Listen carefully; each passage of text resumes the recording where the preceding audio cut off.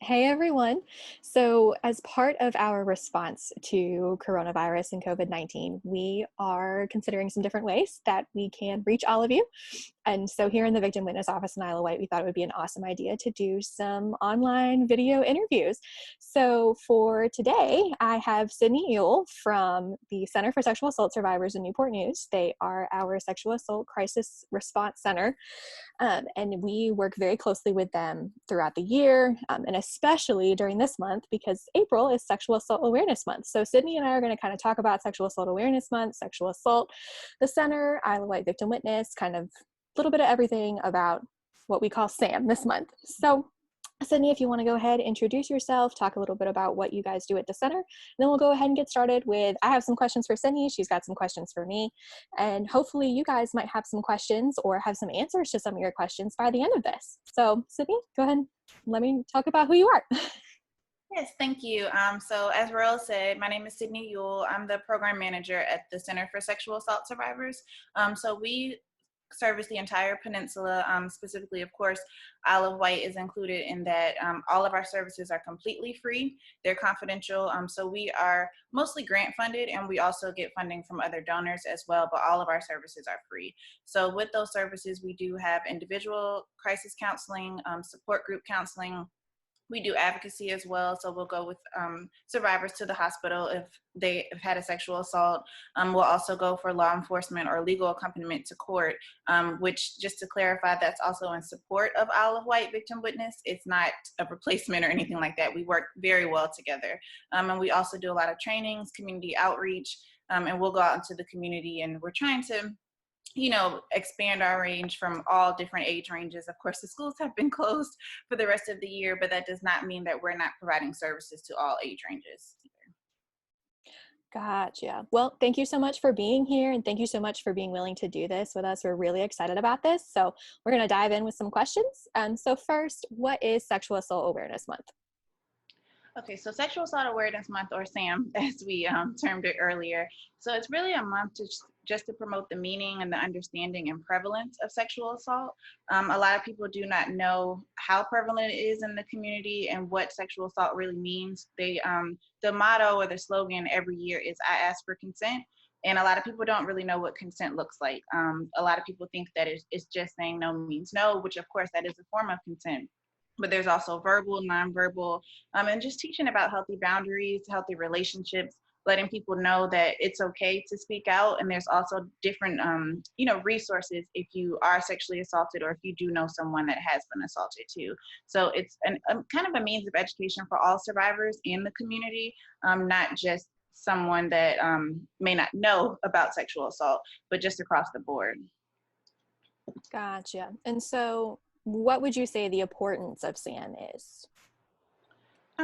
I would say it's extremely important for both, again, survivors and the surrounding community, because, and one of our main mottos and slogans is sexual assault affects us all.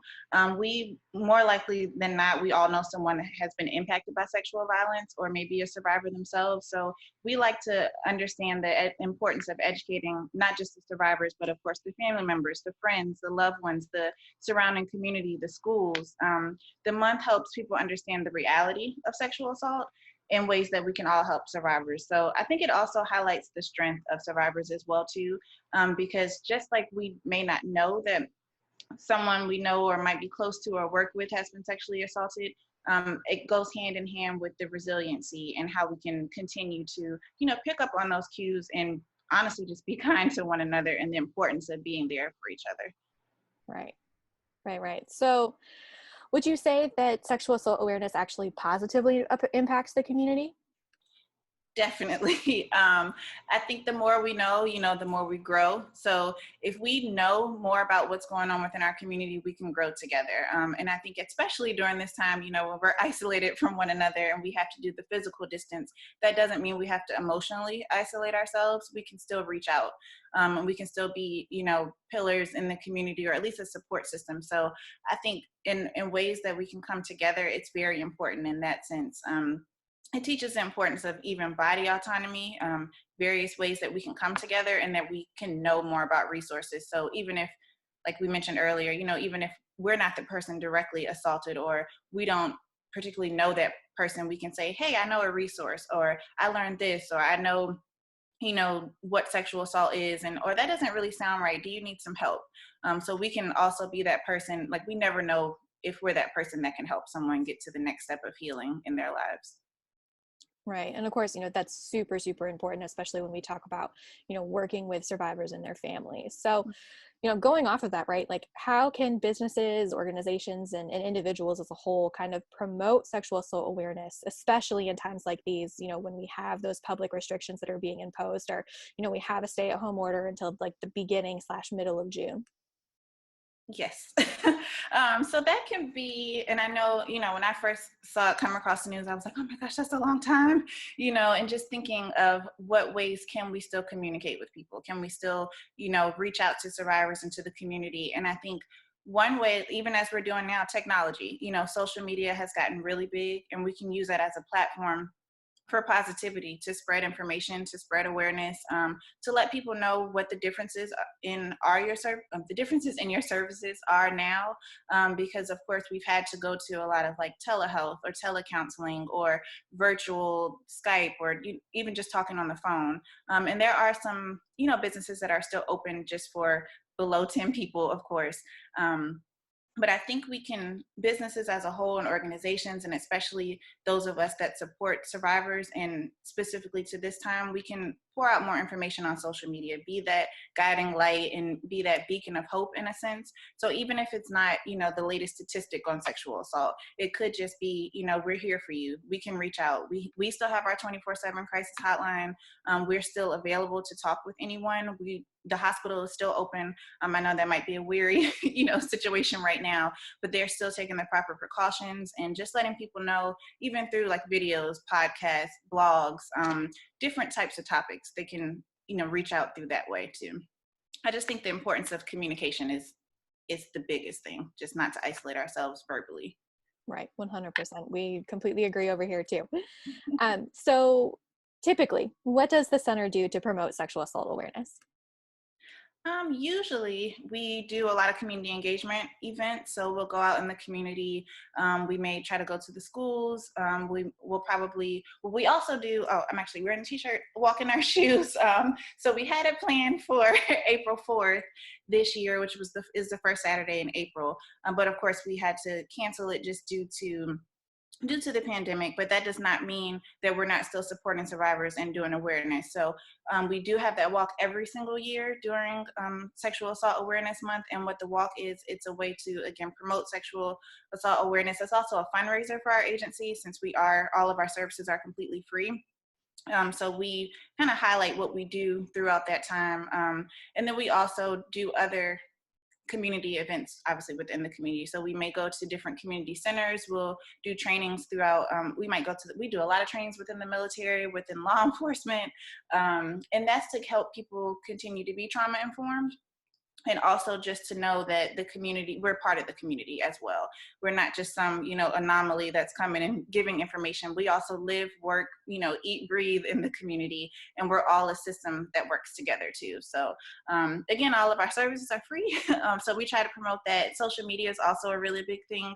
So we make sure that we're heavy on social media and communicating with everyone too.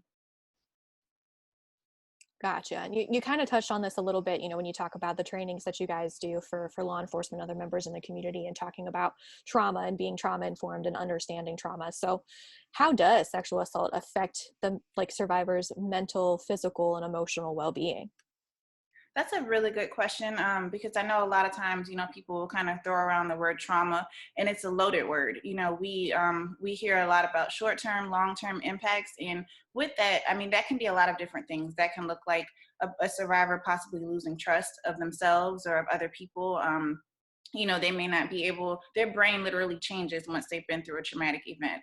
So with that, they may feel like they don't have control of their bodies, or they have the fear of other things, the fear of losing relationships, fear of medical, issues that may come from the sexual assault, fear of not being believed. Also, a change in family or social dynamic. They may not enjoy the same type of activities that they did before, or they may turn to other type of coping skills that their current social group may not be, in alignment with. A lot of times substance abuse is used as a coping mechanism, that's not a definite, of course, and there's always resources out there. We also can help, kind of cope through that also. But a lot of people, again, will throw out the word post-traumatic stress disorder and not really understand what it means. And it can look like a lot of different things, being numb, or it could also look like I'm just going to continue on about my day and about my life and not let this, move me back, or not let anyone know about it because of that fear of being looked at differently, or even kind of the thought of, people don't really want to be looked at as a victim, or always ask, like, are you okay? Or what can I do for you? They still are a whole person. Just because something has happened to them, it doesn't define them as who they are. So that can look different, of course, in different age groups as well, too. I know a lot of children, like for school age, they may start to underachieve in school, or they may lose focus. On the other hand, they may try to overachieve. They may feel like, I have to prove myself to be better than what happened to me, or I can't let someone else down. It comes in a lot of different ways, and no way is wrong. I will say that. I think a lot of people may feel that they have to be ashamed because they're dealing with it in a different way. But one of the biggest things is nobody is alone in this. A lot more people, as we've talked about before, have been unfortunately impacted by sexual violence than we may know of. So just in that simple fact alone, we know that there's other people out there that can relate to us. And that's what the big part of, our services, both of our services, Olive White, the center, to be able to be there for support, and to know that, those support groups, those counseling, coming to court, getting information about what's happening with your case, everything, the whole nine. That's very important, because once a person knows that they know what's going on with what happened to them, and how they can kind of feel a little bit more of that control back as well, too. That's very, very important.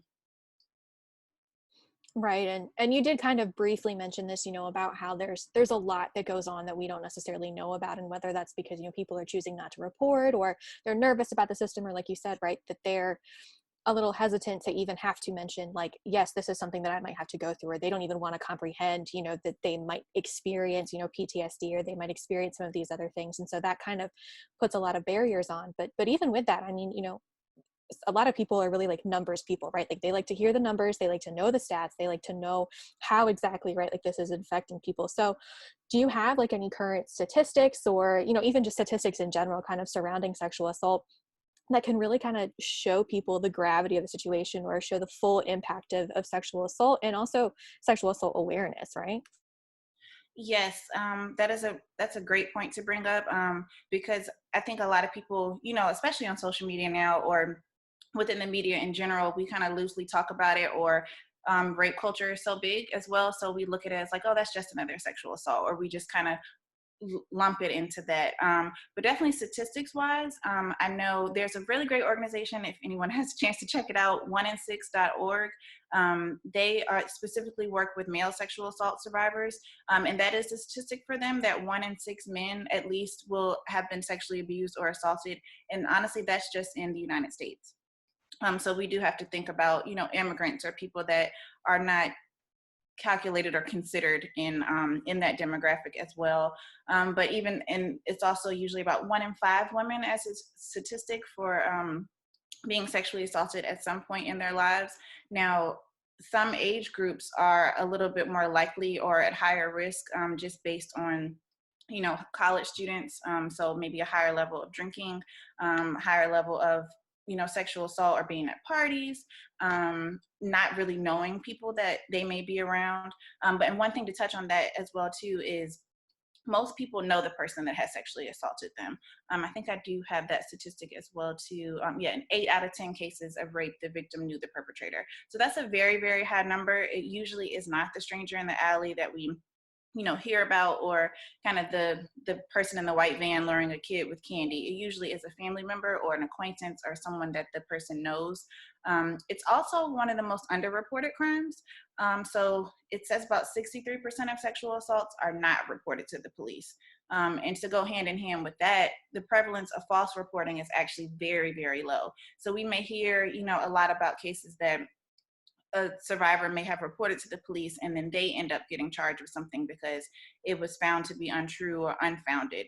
But usually it's only about 2 to 10% of cases that are actually false reports. So that's a very low number compared to what we may hear about a lot too. And so just another kind of alarming statistic, 51% of female victims of rape reported being raped by an intimate partner and 40% by an acquaintance. So again, those are very, very high numbers. Usually about half of people that have been surveyed or asked or, come forward and reported, it's been someone that they've known too. And then of course, 52% of male victims report being raped by an acquaintance or a stranger, 15% by a stranger, sorry. So it's been, the statistics are, rising, unfortunately, but we are getting a lot more current statistics too. And I will say that a lot of people are coming forward and reporting, and there are different, various different ways to report. So I don't want it to seem like, you have to file a report with the police and that's the only way that you're going to get justice. There are a lot of different ways. That's why we do offer the counseling, and we do offer, victim witness and everything to understand your options and understand the procedures of what you may experience as well too. Right. And you definitely touched on, the fact that we have a lot of underreported cases and things like that. And, people are choosing not to report for so many different reasons. But, one of the things even with that too is because survivors most likely have some form of knowledge of who the perpetrator is, their family members probably like also know this person too, right? So now their family members and their friends, especially, if they're in college and they're all in fraternities and sororities together, they'll have to kind of wrestle with the fact that, hey, this person that I might also be close with has done something like this to somebody else that I might be really close with. And of course, that's always something that, we don't always see a lot of statistics that talk about some of the other family members and, whether or not that they know somebody in their family who's done this, to somebody else, or that they know a friend, of a friend who's done this and things like that. But that's one of, the really awesome things about like with the center, right? Like if you've been impacted by sexual assault, you can receive, those free counseling, and that goes for family members and that goes for friends, because finding out that a really good friend of yours has done this to another really good friend of yours, I mean, that's world changing. That will shift your entire worldview, because, you feel like you're being split in two between two different people, especially, if the other person doesn't take accountability for what they did, or, you have to, because we've magnetized the idea of false reporting, some people are probably thinking in their head, well, is this person, lying about what was done to them and things like that.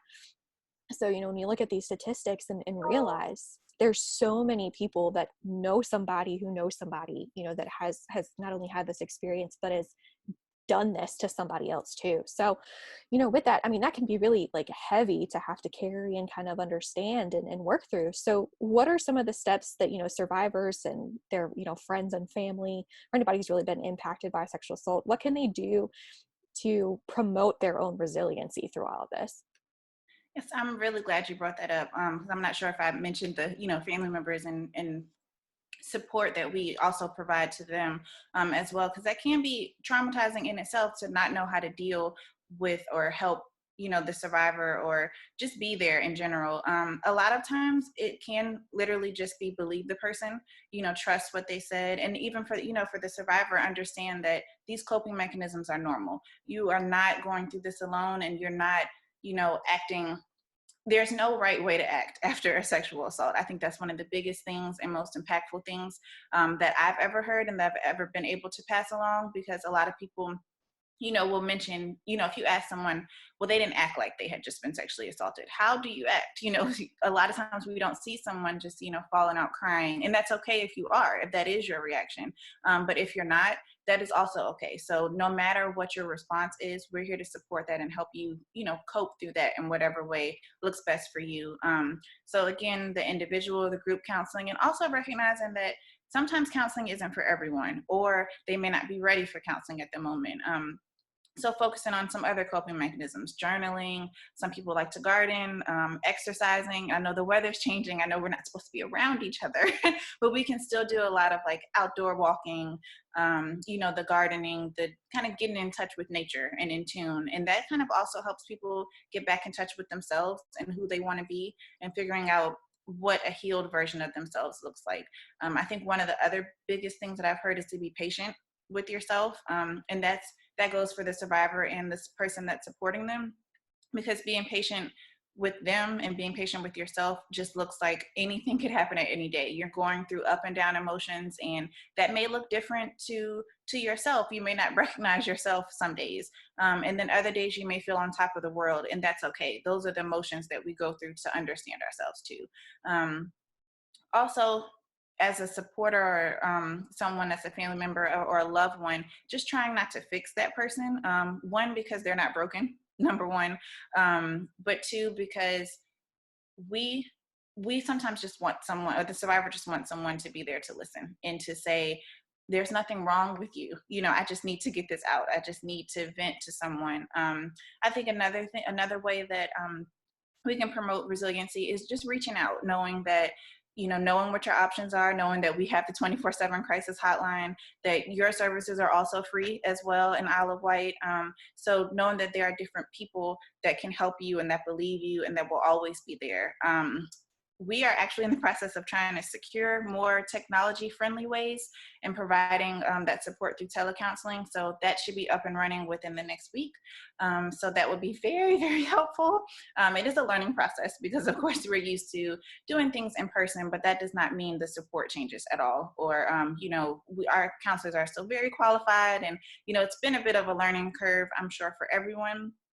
But again, as we mentioned before, just because we have to physically distance ourselves doesn't mean we have to emotionally distance ourselves or our support or anything. So I think one of the biggest things is just knowing that someone is there to be there and listen and support and provide those coping mechanisms and provide a listening ear, or just to believe you in general.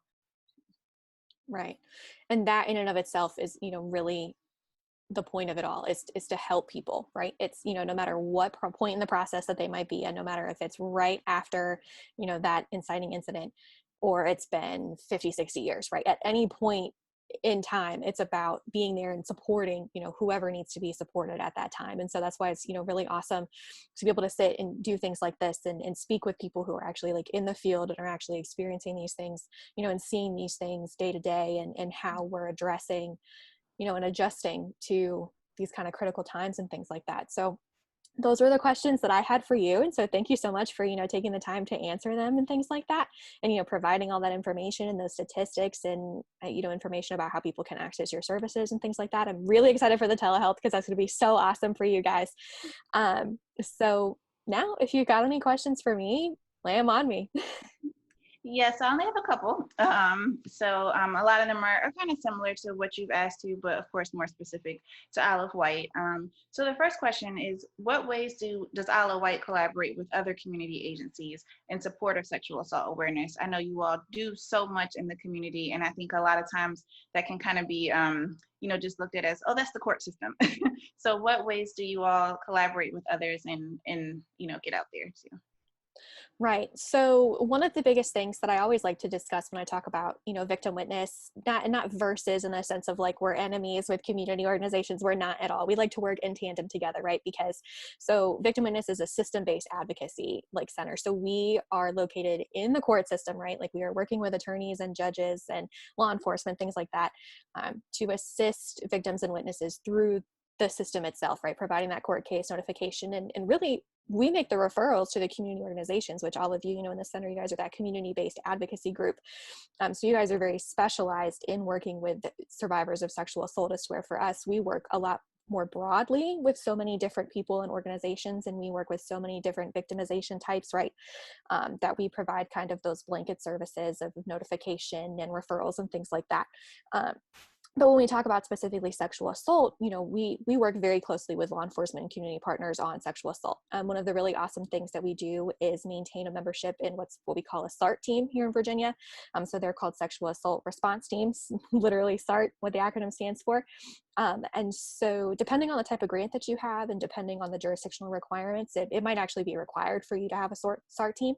And so SARTs really are the opportunity where, every month or every other week or every other month, like in our case, that different community partners, so investigators from different law enforcement agencies that focus specifically on sexual assault investigations, and attorneys and victim witness and community organizations all kind of come together, and we talk about the cases, or we talk about forensic interviews and things like that. It's that opportunity for all of us to kind of brainstorm how we're going to address everything that's going on together, and promote each other's, events and things like that, or talk about, what kind of changes might be happening, or changes in the law, right? Like anything that's kind of going on within, our system that we need to talk about. So SARTs are like the main way that we really kind of collaborate with a lot of our agencies, besides making referrals and stuff like that.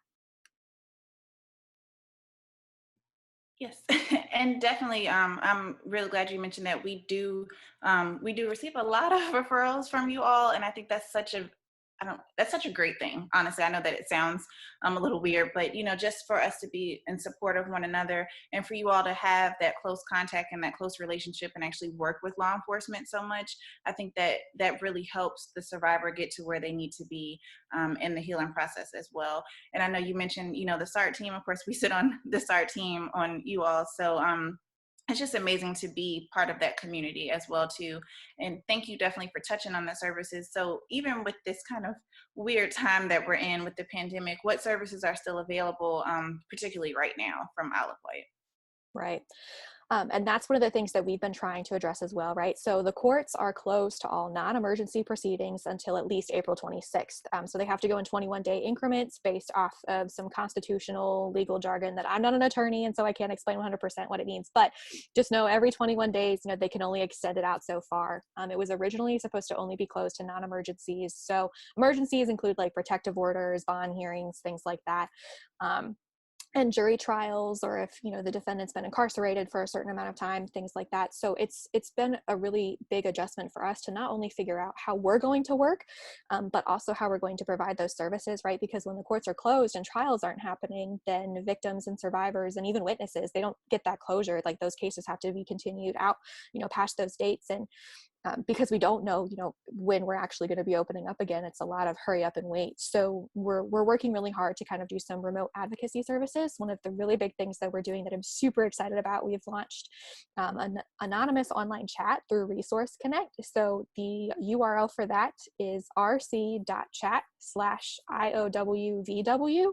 And that's really awesome for us because people go to that link, they type in whatever question that they might have, whether it's about a court case or what services that we're still providing, or if they can schedule a phone call with us or things like that. They can ask us, and one of us will anonymously be able to respond right back. So we won't know who's asking us the question. They won't know, who's really responding to them.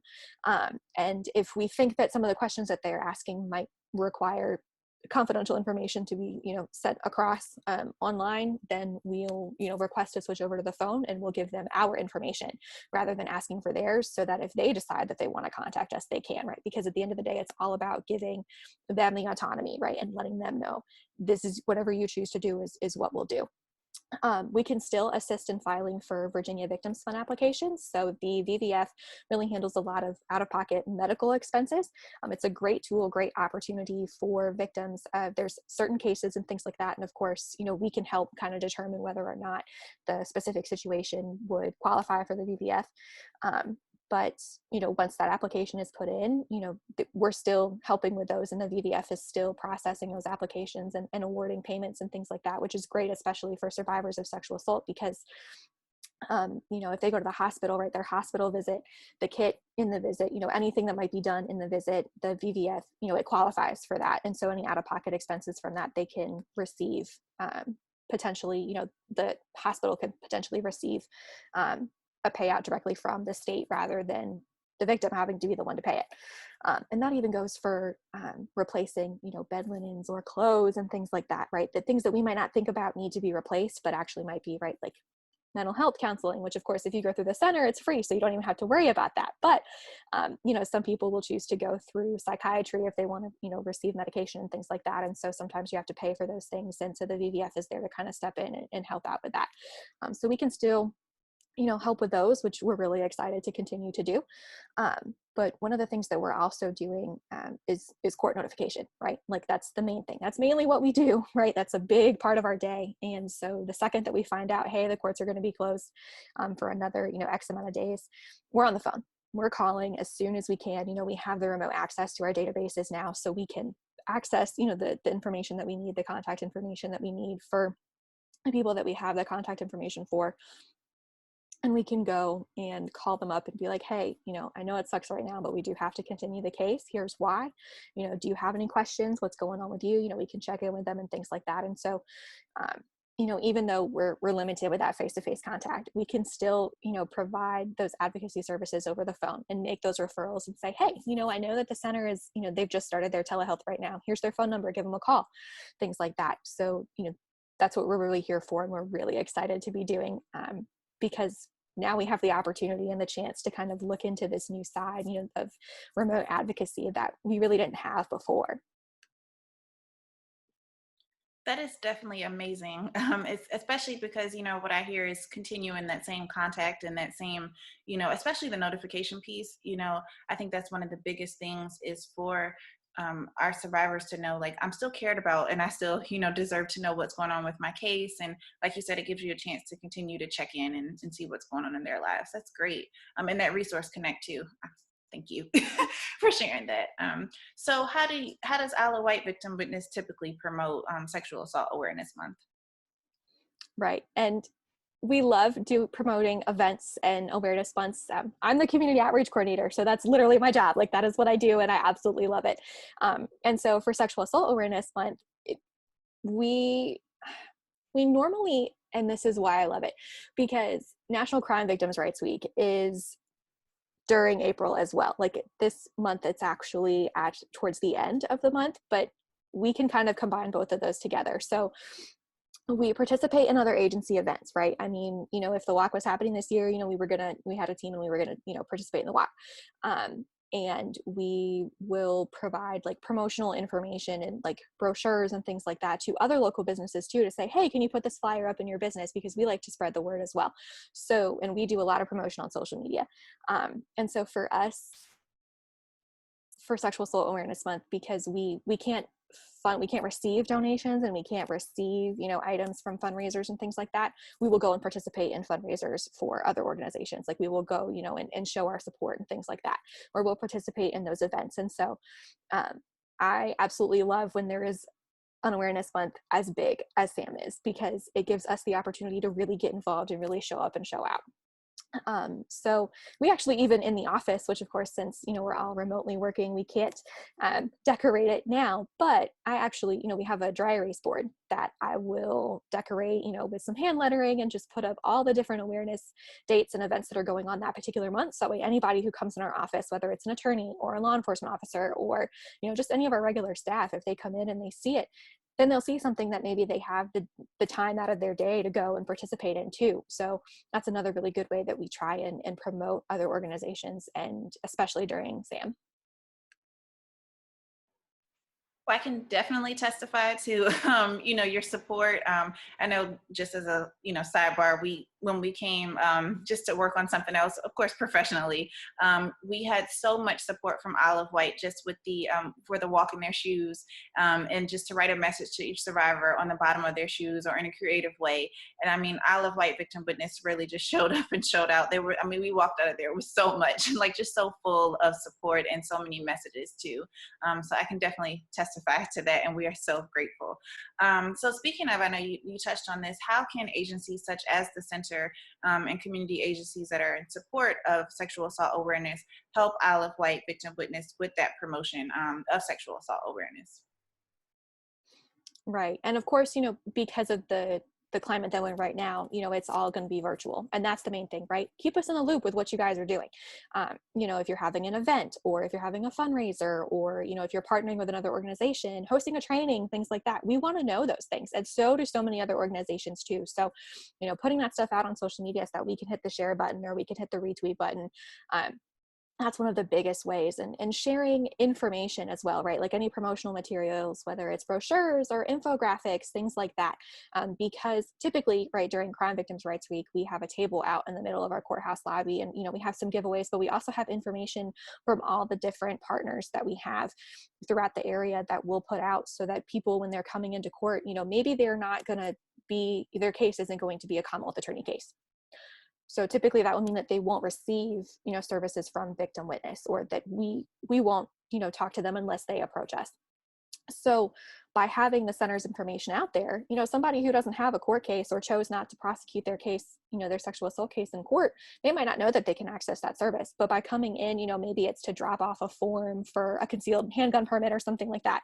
Now that they've seen this table and they've seen this flyer and they've seen this information about who they can contact, and now they go and contact you, right? And so that's, for us, having that information available that we can put out to people who are just going to be coming into the building, especially during, awareness months, where we would have those items like, available for promotion, is a really great way for people to help us support them.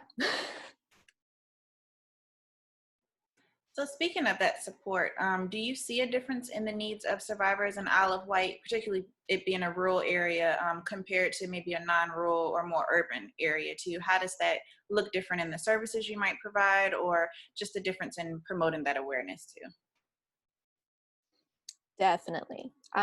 Isle of Wight is a very huge county, right? There's so much square mileage, and there's a lot of people who live in the county too, right? Especially closer to, Smithfield and Carrollton, and there's a lot of people who live in Windsor as well, or, even areas like Carsville, right? There's a lot of people, right, in one little centralized location, but there's also so many people that are throughout the rest of the county, because we border up against Southampton and Surrey, and Suffolk. And so trying to reach every single person, of course, it's very difficult. And as you guys know, even with being in an urban area, it's very difficult to do too. So when we look at rural areas, people who live in rural areas don't always have the same access to resources that urban people do, because transportation is such a big barrier.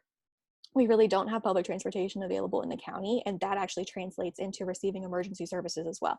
Our law enforcement and our emergency services, they're wonderful. They're awesome. They're amazing. They do whatever they can when they can. And a lot of times it's just a matter of distance. And we see that a lot, especially in sexual assault cases, because people, if they're choosing to go to the hospital to receive, that kit testing or to see a doctor, things like that, depending on which hospital has a SAAM available at the time, which is a sexual assault nurse exam, right? They might be sitting in the ambulance for 45 minutes to get where they need to go. And so that's one of the biggest barriers, and for children, right? If they're normally going to CHKD, they've got to go from Isle of Wight to Norfolk. And so that is really one of the biggest things barriers that we can see. And we know that our healthcare systems are doing what they can. And we know that there are nurses out there who are in the middle of training, and that they want to, help survivors of sexual assault. And it's a lot of training for good reason, but it just takes time. And so, when we have a shortage of nurses because they are getting that training, it still presents, sort of a barrier. And we also see, that residents don't necessarily have access to internet or, public internet, right? They can't get to a library super easily, even though there are libraries in the county, they just can't get there because of that transportation. And also, because it's rural, right? In some of the most rural areas, people, might not have a neighbor for a good mile. And so if they, need to call them for help, or, they need to try and get to them for some reason or another, they can't. It takes them a while. They can't just have that quick access of being able to run over and bang on the door, somebody's breaking into my house. And by the time, that they call 911, it's the time, it's the distance. And so it's us trying to figure out how we can work with our community partners and how we can work with individuals in the community to address those barriers. Yes, definitely. I think you touched on some really great points, and I know that, like you said, it looks different, for urban and rural areas, and especially the community aspect. It's a small community of people, maybe necessarily, but that land distance. So that time to have that access to services, or like you said, that time frame of when someone will arrive, or how long it may take to get to the hospital, or the closest nurse, the closest anything that's available. So that brings out a lot of good things, and I think that like you also just mentioned, even during this time that we're having to stay physically, isolated and away from each other, and we're having these new innovative ways of technology. So to be able to communicate and kind of have that real time communication. And I know that through sometimes the lack of internet or access to those public things can be another barrier as well too. So definitely working on that, and like you said, all those trainings and continuing to improve upon that and allowing us to be a support. I know both of us work together a lot, and we have no problem coming out to Isle of Wight at any time. So even with that, what positive impacts have you seen from Sexual Assault Awareness Month, and even within the community itself now? Right, 100%. So awareness months, especially SAAM, like they do such a good job of providing education. I mean, when people know things, they're more willing to access those resources, right? When they know what it means to know someone who's been impacted by sexual assault and what they can do to help that person, or, to help themselves if they are a survivor, right? That's the biggest part about it, is showing other people, you're not alone, right? Like you said, like you're not alone. You're not going through this alone. There are people out there. And when people are educated, they're more willing to access the resources because they know that those people are available for them. And they know that there are people who are also educated and trained in understanding, you know, I might not know exactly what you went through, but I know how we can work through this together. And so that's a really big part of it, because when people know what resources are available to them, they're more willing to report what's happened. They're more willing to work with law enforcement, right? So many people choose not to report because they know that the system takes, the system is slow, right? Because it's a process. And so that's why it's so important to have those community partners that we can work with during that time, so that survivors know that they have people that they can turn to at any point during the whole process. We've also actually seen a pretty big desire to receive mental health services. For so long, there was such a stigma about, mental health and going to counseling and receiving services, especially in rural areas that are that tight-knit community where everybody knows everybody, even if you are in, an area that is more populated, right? Than, maybe some of the other areas further out in the county. But even still, there are so many people who have said, hey, like, I'm just looking for some counseling resources. What can I do? I think I need some counseling.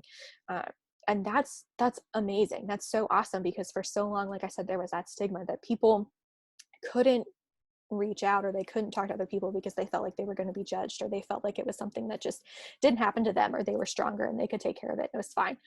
Um, and now that we know that we can access these things, and that there are people who are educated and trained, people are more willing to reach out, and people are more willing to understand that they're not ever to blame for what happened to them, right? Like, if you are a survivor, you are not at fault for what happened. The person who did this to you is the one who's at fault for it.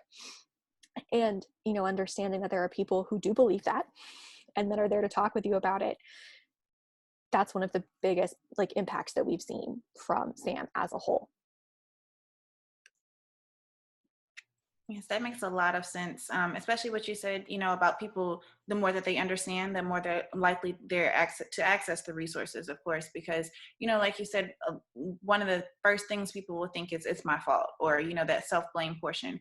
And like you said, there are people out there, us, that believe that it is not their fault. And we don't just believe, we know for a fact that it's not their fault as well, too. So to help them through that healing process, and to get out, like you said, that community stigma, to know that we are here and we support you, and to know, sexual assault does really impact everyone, and educating everyone is just the biggest thing as well too. So that is all of the questions that I have for you.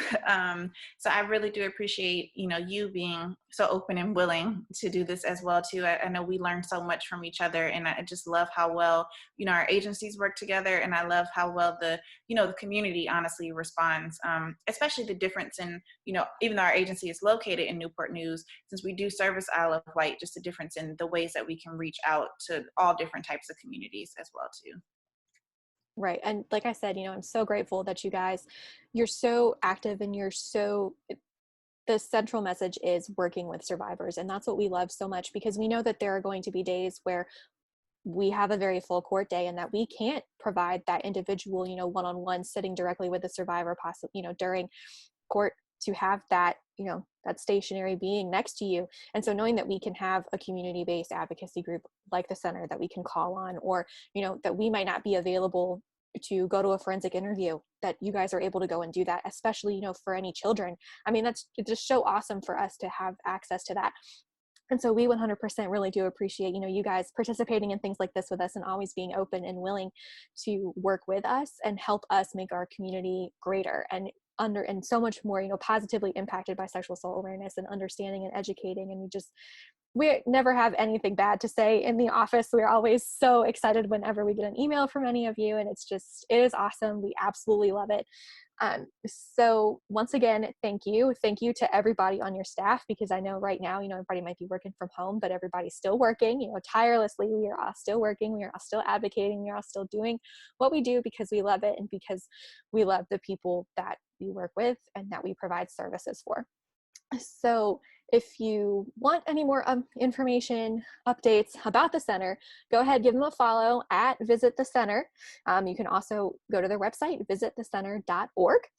They have tons of information, tons of programs available, things like that. So feel free, look them up, get in touch with them, volunteer, work with them, ask for their services. There's such an amazing staff with them. And of course, if you want any information about our services, we are always more than willing to drop, a DM to us or anything like that. And we will definitely chat. And also stay on the lookout, because we're going to try to do some more videos like this. And, we might have some more videos with the center. We're looking at working with some other partners too. So, maybe we can do a really big group video one day. I don't know, but it's going to be awesome. We're really excited. So until then, thanks so much, you guys. Thanks again to Sydney. It's been really awesome. And take care, everybody. Stay safe. Wash your hands. And until then, see you next time.